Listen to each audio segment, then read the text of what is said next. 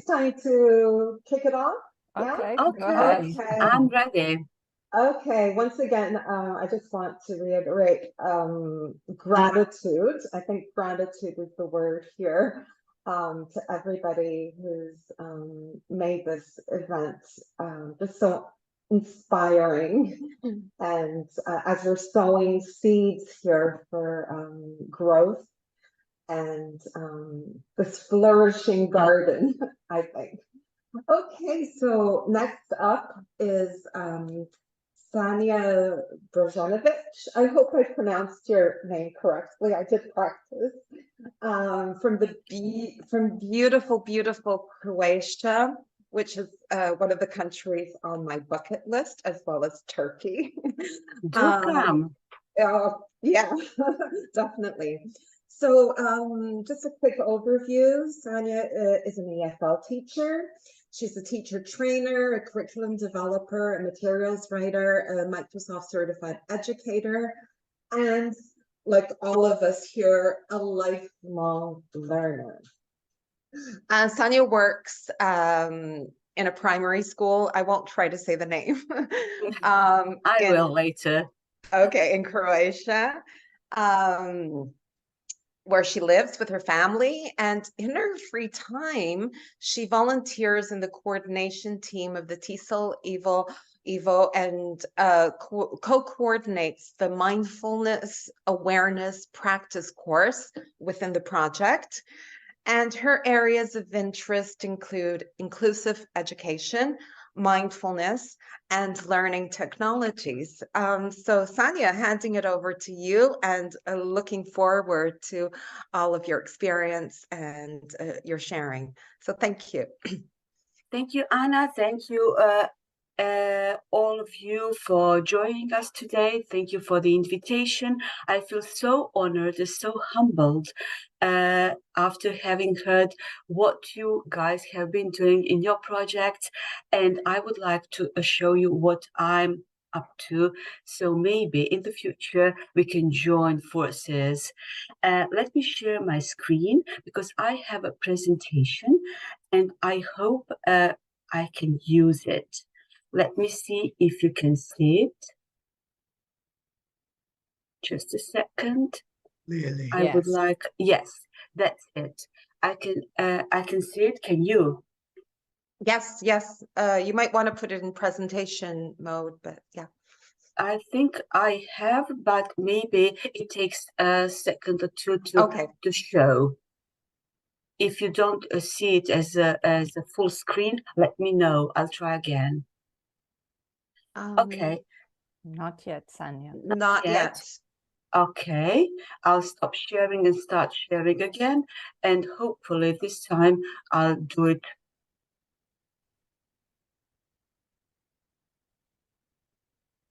Okay, so it is full screen for me this time. Okay. It might take a bit longer to reach Portugal. Okay, we'll see. If it doesn't work, I can stop sharing and share again. Thank you, Anna. Thank you, Jose. Thank you, everyone, for inviting me.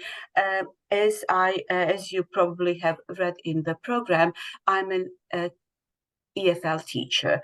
I teach my students in a school in my neighborhood, and I live in Velika Gorica, which is a small town just outside the range of the capital of Croatia, Zagreb, which means we are practically a part of the capital.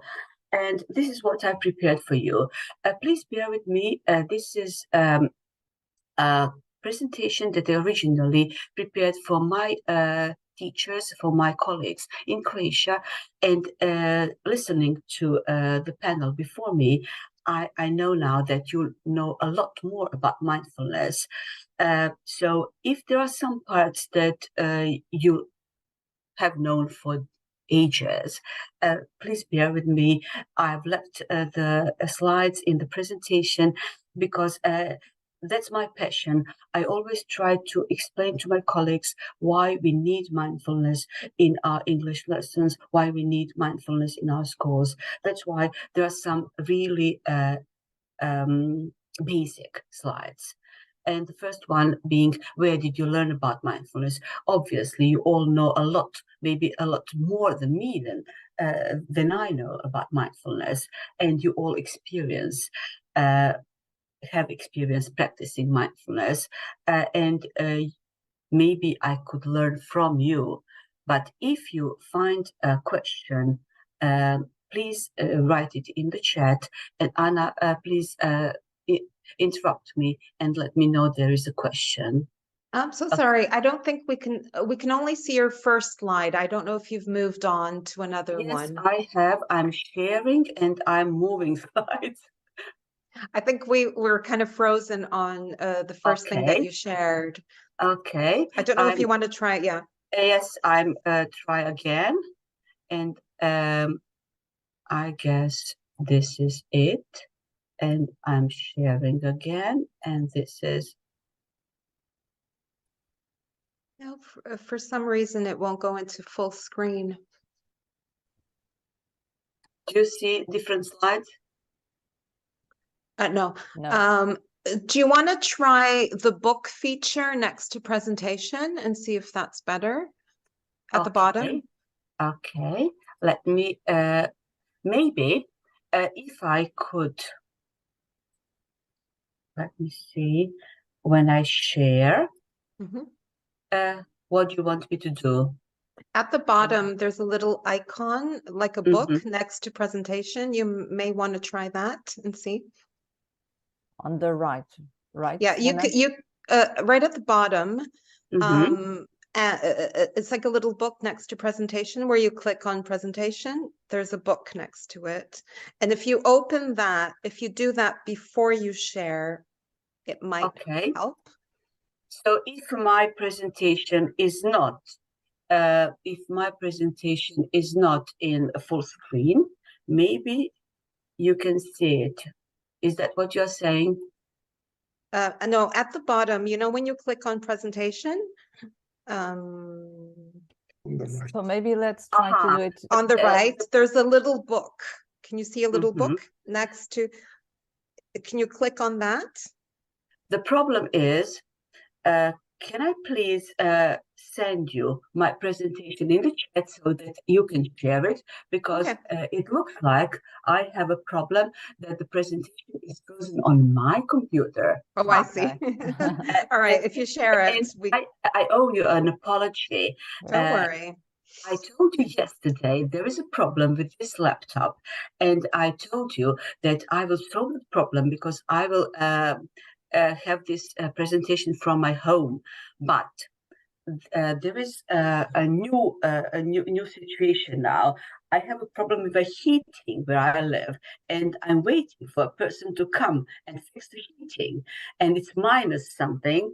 And while we are waiting for him to fix the heating, I'm stuck with my old laptop again in my son's bedroom. Don't worry. We're all used to this as teachers. I have a colleague who always tells me, but you have mindfulness.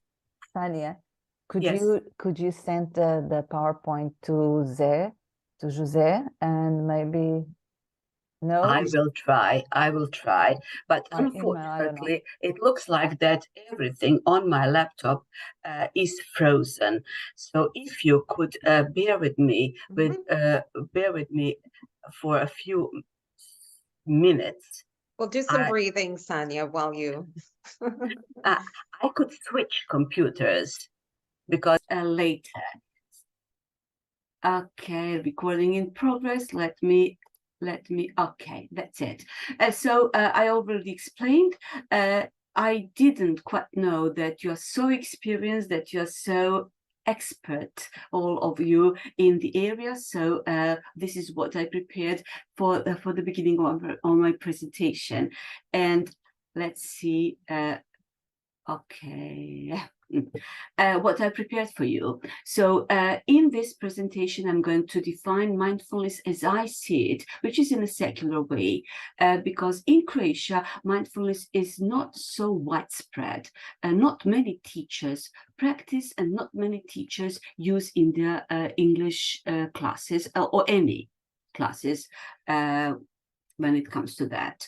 So after we discuss what I mean by mindfulness and what I see as advantages and what I see as challenges from my point of view, from my situation in Croatia, we will try some. I will let you know what I use in my life and in my classes, and then I will ask you to share some of our activities, and you will see that some of the activities that I have on my slides are very similar to the activities that we saw in the previous presentation. So I am very happy, and that means for me that I'm in the right community.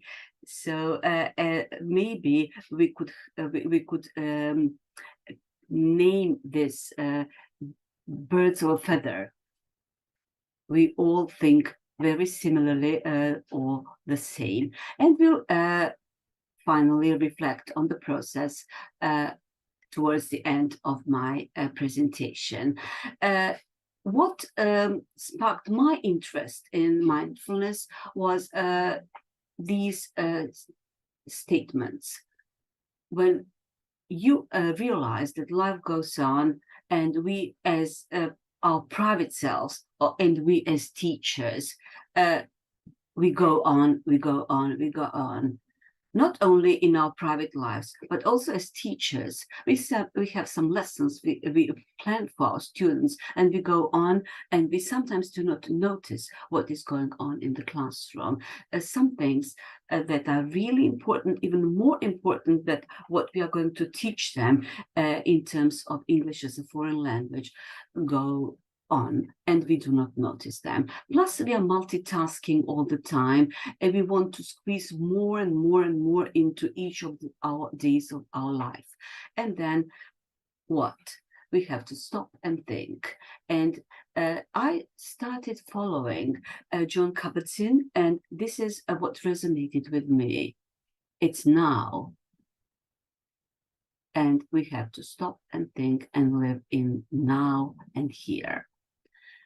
This is what I understand, paying attention. And when I pay attention as a teacher on purpose, in the present moment, not judgmentally, that reflects on how my students react, how my students work in the classroom. When I'm present-centered, when I'm not judgmental, that reflects on my students.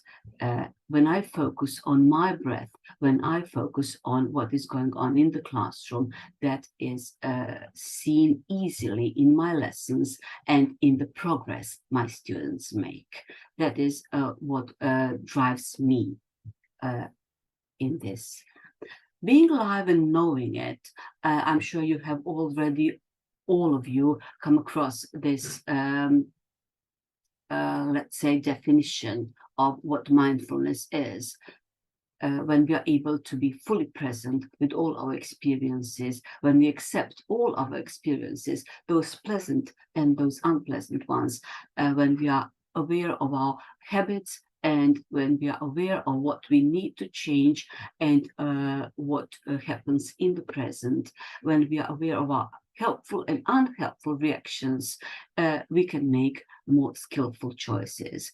And it is important for us as grown-ups, but also for us as teachers, especially for me, because I teach, this year I teach students who are 11 or 13. Most of my students are 11 or 13, and that is a very difficult time in their lives, and they need guidance.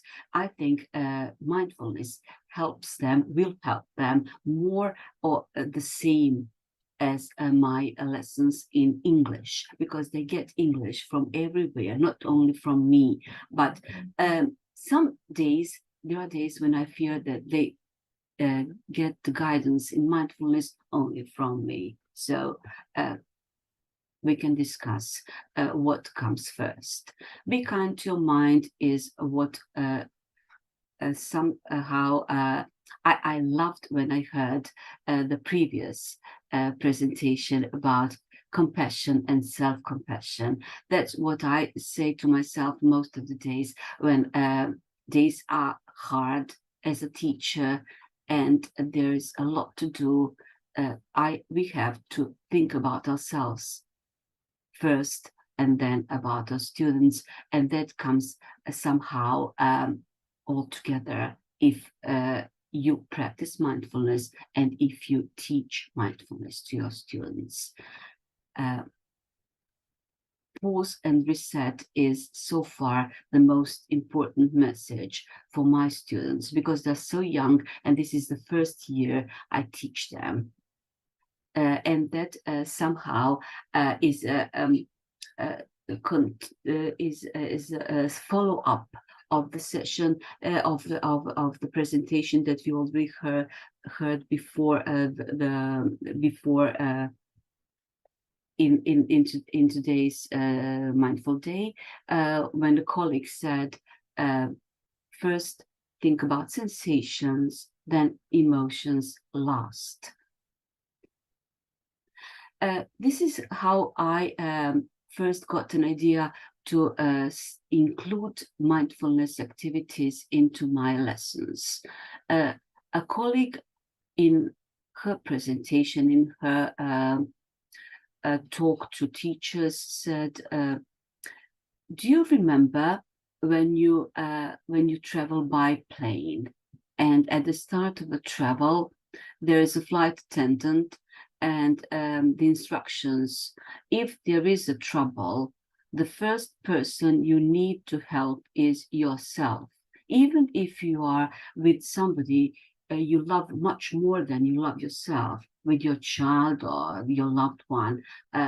If you do not put that oxygen mask on your face, you will not be able to help anyone else.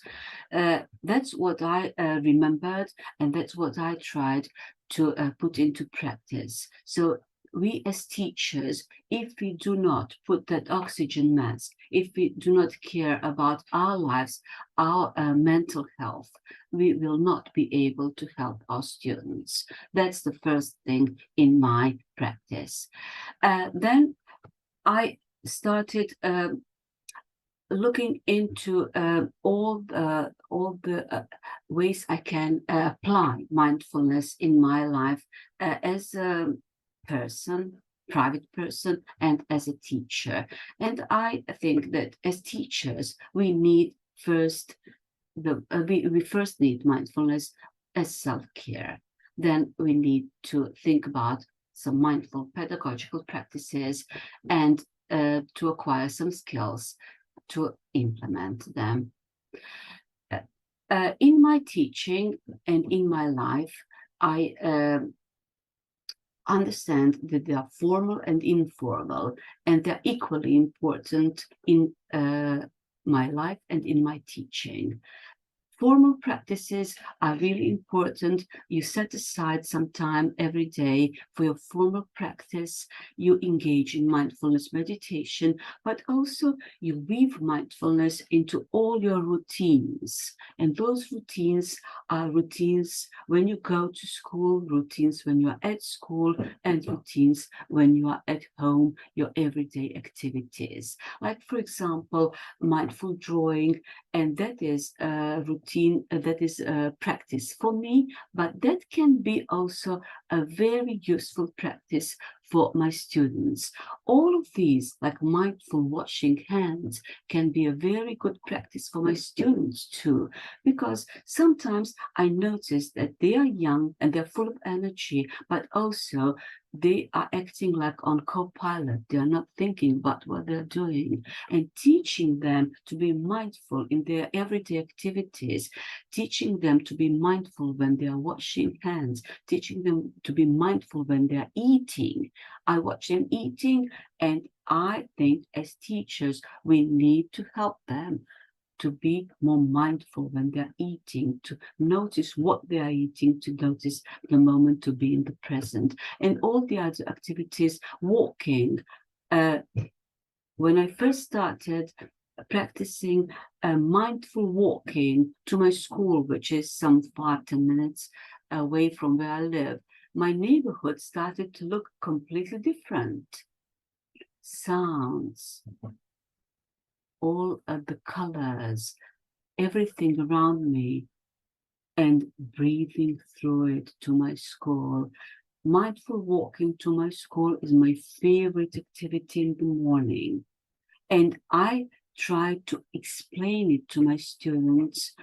I try to explain that these informal mindfulness activities are something they would love if they tried, and I try to make them try them and then decide for themselves. And then formal, devoting some time each day, doing anything could help you. But doing mindfulness, I think that's the right way. And I repeat the statement which you can see on the left-hand side: occupy the mind, or it will occupy you. Also, I like the phrase monkey mind, and I use it quite a lot to explain what happens in our mind and in our life to my students. Is it appropriate for the classroom? Zainab mentioned the same question that teachers, parents, authorities ask her. That's what I get asked all the time. Is it appropriate for my English as a foreign language classroom? Of course it's appropriate, because this is the kind of teacher I am, and I want to support my students. I'm not there to teach them English. I'm there to support them while growing up. They are preteens and they need that kind of support in English or in Croatian or some other languages they speak. When I learned about what mindfulness is, what mindfulness isn't, I came across quite a lot of ideas that it's just breathing. You breathe, or you do nothing, or you empty your mind, or it's religious. That's kind of problem that I think I must be very careful about how to deal with. In the communities that are predominantly one religion, especially Western, like Catholic or any other Christian religion, sometimes people who are not very, who do not know much about mindfulness, they say, okay, are you going to practice yoga and those Eastern philosophies? Are you going to impose that on our children? No, I'm not, of course not. Quite the opposite. Some people think that mindfulness is a quick fix for every problem you might have. It's not that either. So quite a lot of work for teachers. I understand mindfulness in quite a secular way, like improving your health, improving your well-being, and improving your educational success. By strengthening the connection between your mind and your body, increasing your self-awareness, lowering your stress levels, and reducing discomfort, which is more or less that we heard already from the colleagues as part of their research or their practice in the classroom. This is what I present to my colleagues in Croatia. ABC has a special meaning for the teachers in Croatia, because our national curriculum has ABC, 3 domains, which means that in A, you need to teach the language, the skills. In B, you need to teach intercultural competence. And in C, you need to teach learner autonomy. Then I point that out to other teachers. You already have ABC, so a lot of ideas can come to you if you only think about our national curriculum. Mindfulness fits perfectly. Then there are 4 skills, language skills. To start with, I always present mindfulness activities in the classroom as listening activities, because the first activities that my students learn about are listening activities, because they focus on sensations, and they focus on breathing and the body scan, and they always have to listen to English. All the exercises I bring to them are in English, and I tell them, okay, First, we are listening, then we are discussing, and then we are applying. And then we are again reflecting on how you feel, plus what we learn language-like. Also, they can be speaking activities, they can be reading activities, and writing activities. You can apply all these in your language lessons in my school. So, some examples. When I start with mindfulness, it's usually very short because they're young and they have no idea what that is. When they come into my classroom after, let's say, physical education class, and they are all over the place, deep breath, pause, reflect. Then to start the lesson, 5 senses, or listen to the sounds in the classroom, focus on your breath, body scan, and then you are ready for something else, to open your notebook and to start writing the date of today's lesson, and then we can go on. I put 2 pictures in this slide. The left-hand side is music. I sometimes have music when my students enter the classroom, and sometimes I have I tell them, please, when you sit in my classroom, sit with the quality of a mountain. Be respectful to your body, be respectful to this lesson.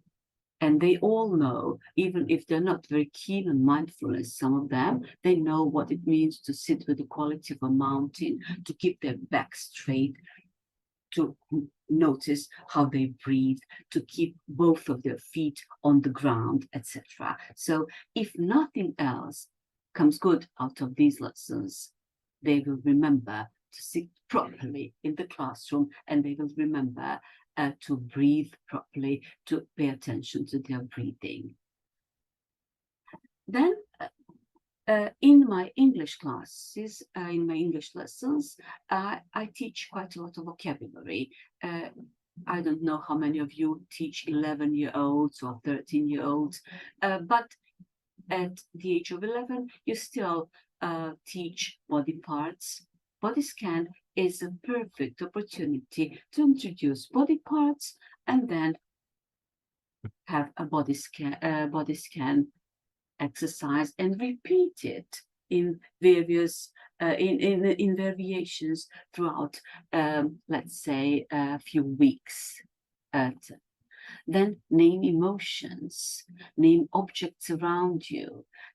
These all are very good language practices, very good language lessons, but they fit well, as Zeynep showed us that lesson plan, they fit well with short mindfulness practices in the classroom, teacher and students together. So when you lead them in a short, let's say 3-minute or 2-minute or 5-minute, up to 5 minutes exercise, you can use the part of your lesson to put together the mindful practice and get back to the lesson, to practicing English vocabulary, learning new words. I find this exercise very useful with my students. Please do not go to that TEDx because it's quite long for this presentation, but I've left you a link so that if you can check it later. It's very simple. I tell my students, if you come stressed, if you come not focused, find 3 things around you and take a deep breath in. Name 1 thing that you can see. Do not explain what it is. Do not add any adjectives. Just name it. 1 deep breath. Name the 2nd thing. 1 deep breath. Name the 3rd thing.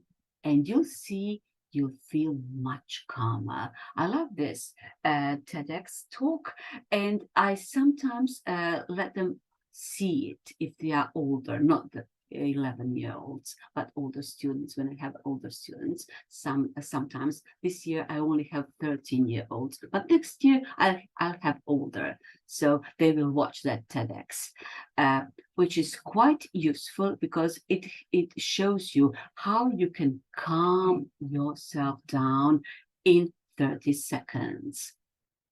And I love this practice. I tell them, and there's quite a lot of English here. Here, that's mindful listening for me. So HEAR. That is what it means for me, that you are listening mindfully. So that can be used as something you can discuss with your students, but also as a result, they practice mindful listening. Also, some pause and reset activities, which I already told you are my favorites this year, because one half of my students are quite young.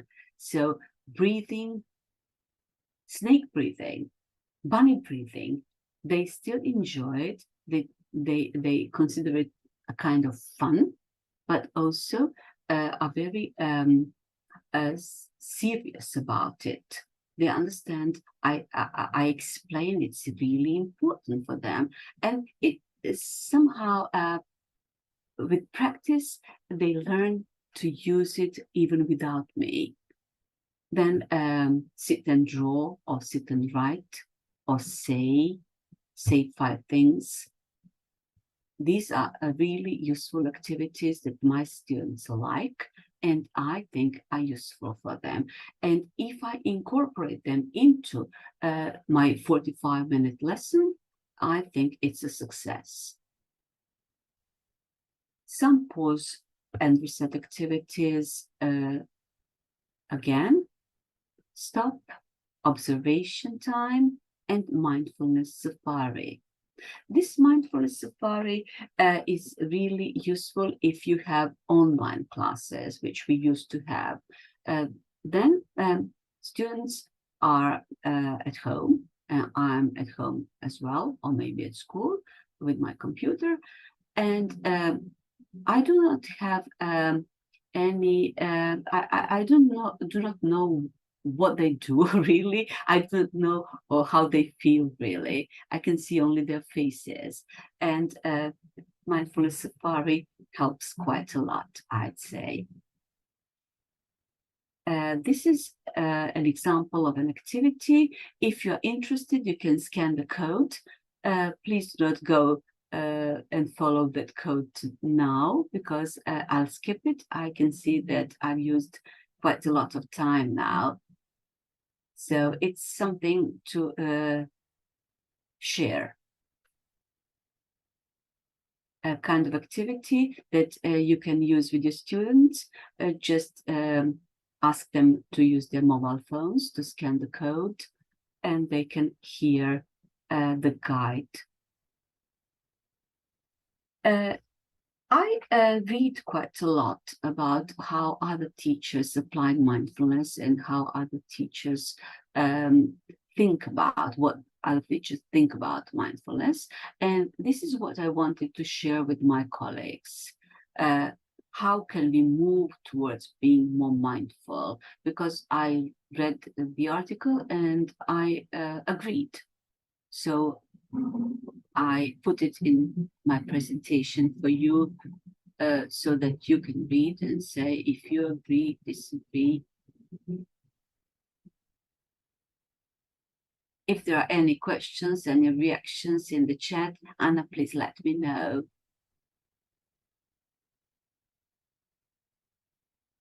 I wanted to share with you tiny habits because not only teaching English is what I do, I help my students grow up, and they have habits. They start having habits, and I help my colleagues change for the better. And as grown-ups, we have even more habits, and some are not very good. So I saw this a video by BJ Fogg, and there is a book too, and that plays behavior and that we do not want, that we want to change. And I quite agree. He says that what is behavior is our behavior, is our ability to master. And when we notice that we, let's say we want to start meditating more, we want to change our behavior, if we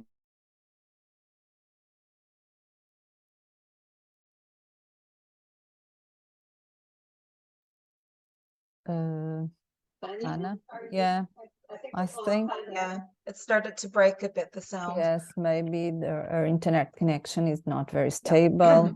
Okay, I'm back. She's on again. Okay. Very interesting morning with me.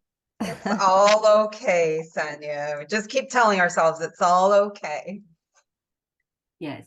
So I teach my students and I teach my colleagues that the only way you can change the habit that you do not want to keep on doing, you say to yourself, after I do something that I do anyway, I will add this tiny thing which leads me to improvement.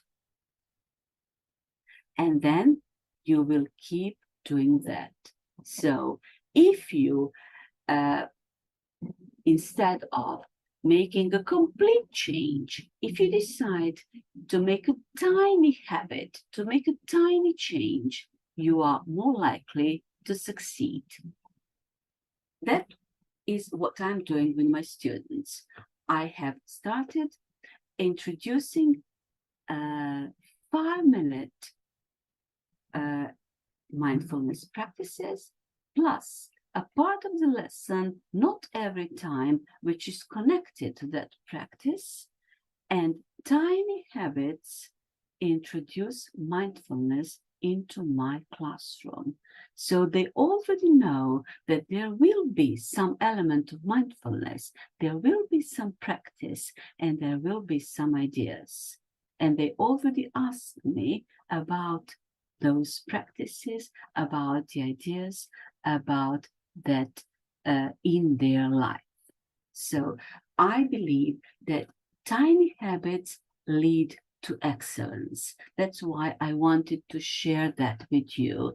So I haven't decided to turn completely over, to start teaching mindfulness, to turn all my lessons into mindfulness lessons. I have just started introducing a minute, 2 minutes, 3 minutes practices, plus occasional lessons on vocabulary, on reading, on listening, etc., etc. And that introduces mindfulness into my lessons, and that makes my students know about mindfulness. They're familiar with mindfulness and they want more. So forget about the big change. You cannot introduce, you cannot turn your students' mindset. You cannot turn your colleagues' mindsets, but you can start with a tiny habit. You can practice that change and you can celebrate your victory and move on. And as some smart people say, if you plant a tiny seed in the right spot, it will grow without coaxing. That's what we do. That's what I believe we must do. Here are some apps that I have tried and I love. I told you in my bio that I love including my students, all of them, inclusiveness. I love mindfulness, and I love technology. Some apps really help. I love balance. They gave, I'm not sure if they still do, 1 year trial. And after 1 year, they are now offering me to pay 25% for life. So I think I'll accept it. Plus, there are some others. Some are free for teachers, like, for example, that Headspace, which is lovely, but it's free for teachers only in the UK, US, Canada, and Australia, not in Croatia. And Calm in Microsoft Teams.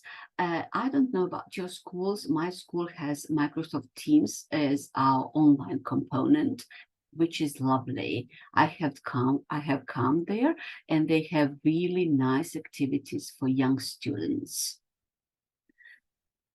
This is Reflect in Microsoft Teams.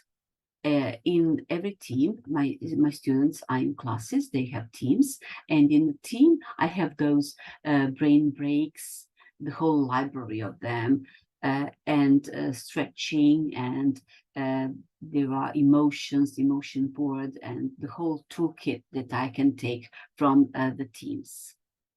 Also, I love these communities. I will tell you in a second about EVO, Mindfulness Awareness Practice, also free mindfulness project that you can download, things that you can contribute to. Mindfulness in schools is only free for schools in the UK, unfortunately, but I plan to ask them about the rest of the world. So if you're interested, you can check their programs. They are really nice, but they are not free for teachers outside the UK. This is the session that I help Dr. Nelly Deutsch co-moderate. It is free for teachers. We are now in the first week. There are around 40 to 50 teachers now there, and we are in the first week, which means that we are still introducing ourselves, getting to know one another. So if you're interested, you can join us. EVO is a very nice project, free for teachers, and the sessions, the courses last for 5 weeks, and they are completely free for teachers. If you think that is something for you, do join us. Last year, this is what teachers wrote in comments. They loved the session. And we are a community. There are a lot of free resources, and here are some of them. It's not that I'm promoting Emily Bryson, but there are quite a lot of teachers who share. Google is your friend.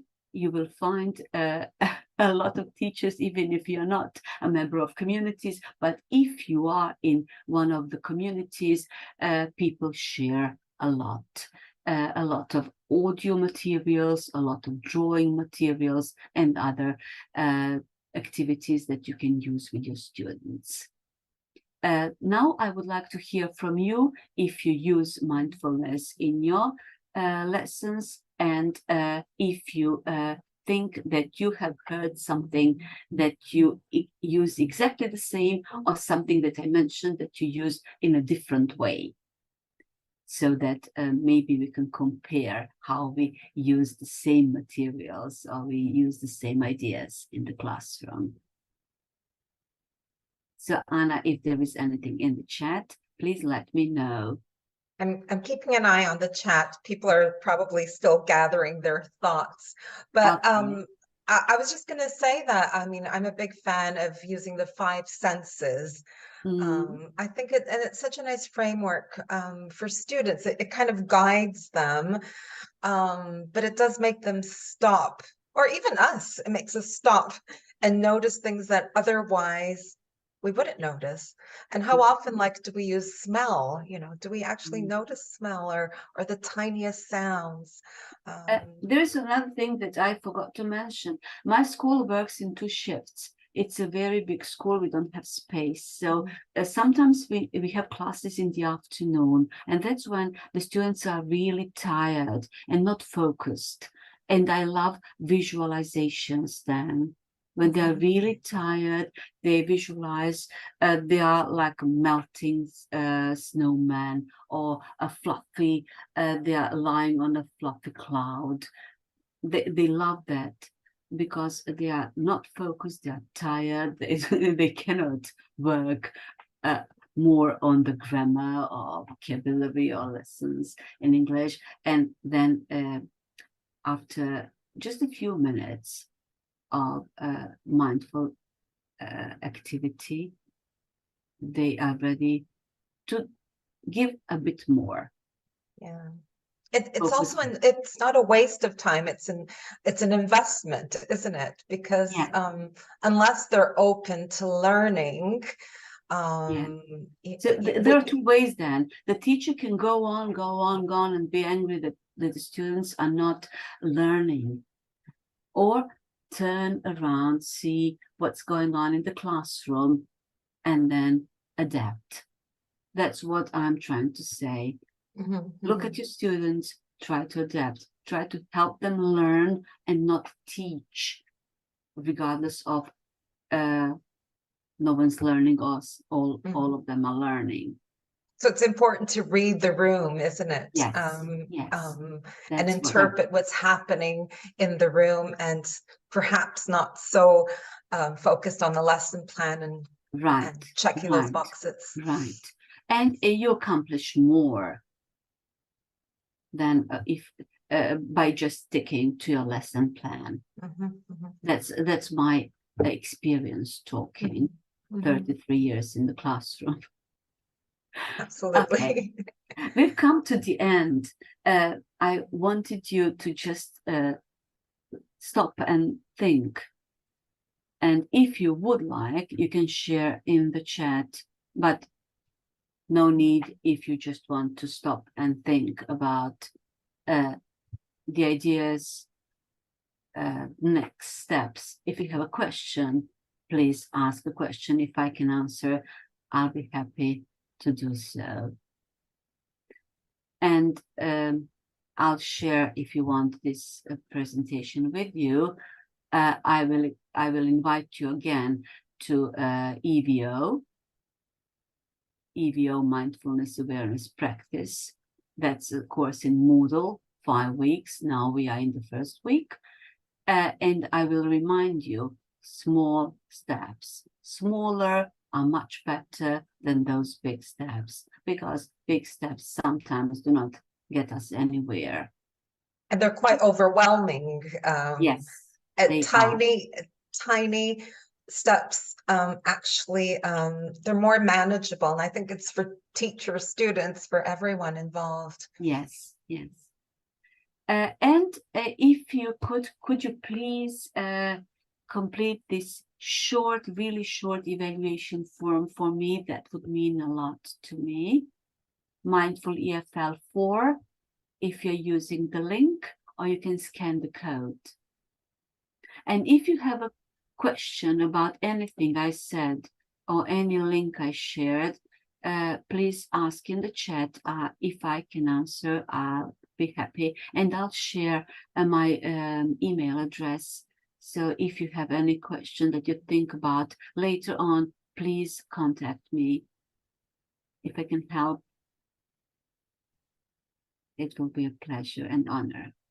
Well, we have a lot of great, no questions, because I think people are reflecting, as I said before, the head, the heart, and the hand. But lots of great feedback, Sanja. So thank you very much. I was just going to mention, if you don't mind, just a couple of things here. Okay. The mindful walking is such a great idea. I do mindful taking out the garbage because I have to walk a bit, because I live out in the country, to take the garbage out. And taking the garbage out, garbage is not a pleasant thing, isn't it? And in life, we have all these unpleasant things. So I do this mindful walking to the garbage bin, the rubbish bin, to take away, to get rid of the garbage. And I think mindfulness in a way is that, isn't it? We're getting rid or somewhere we're placing it where it should be, in a mindful, in a very mindful way. I quite like the idea of the seeds. I'm a gardener.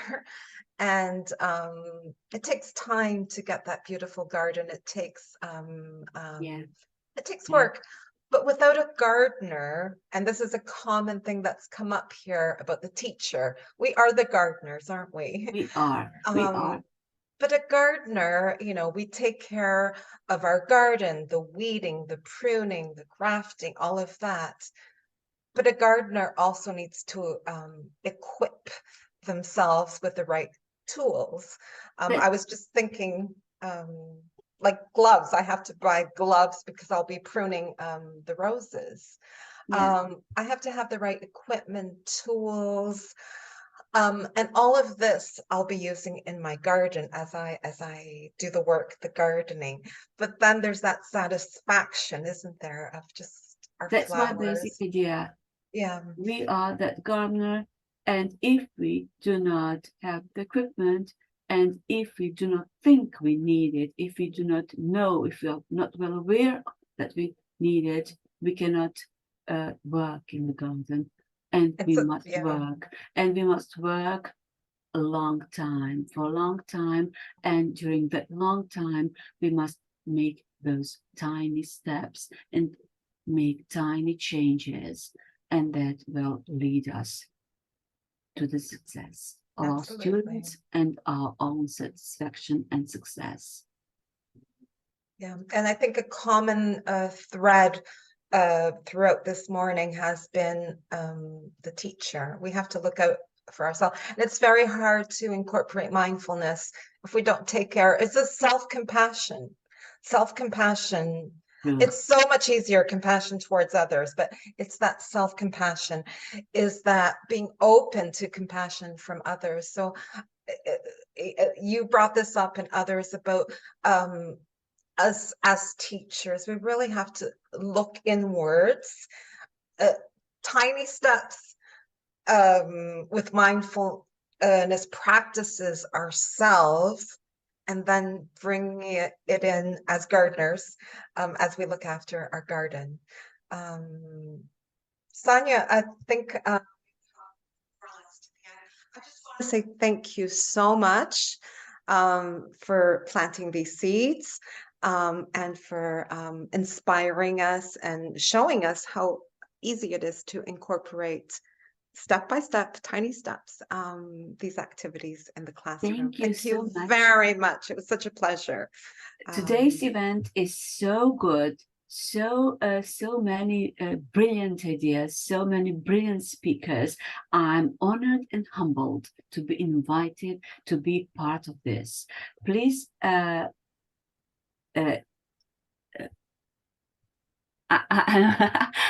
lost two words. It's okay. So good. I didn't expect this event to be with so many ideas, with so many good speakers, with so many brilliant people around. Thank you. Thank you. And it's also lovely that our community has expanded to outside of Portugal. And I think all of this learning with other contexts and cultures also help us grow. So thank you very much. And also all these connections are so important. Very proud to be today here with you. And please include me when you have any. Oh, don't worry. Include me when you have any, when you have any lectures, when you have any workshops. I would love to be a participant. Of course. To be with you there, to be part of your community. You won't get rid of us.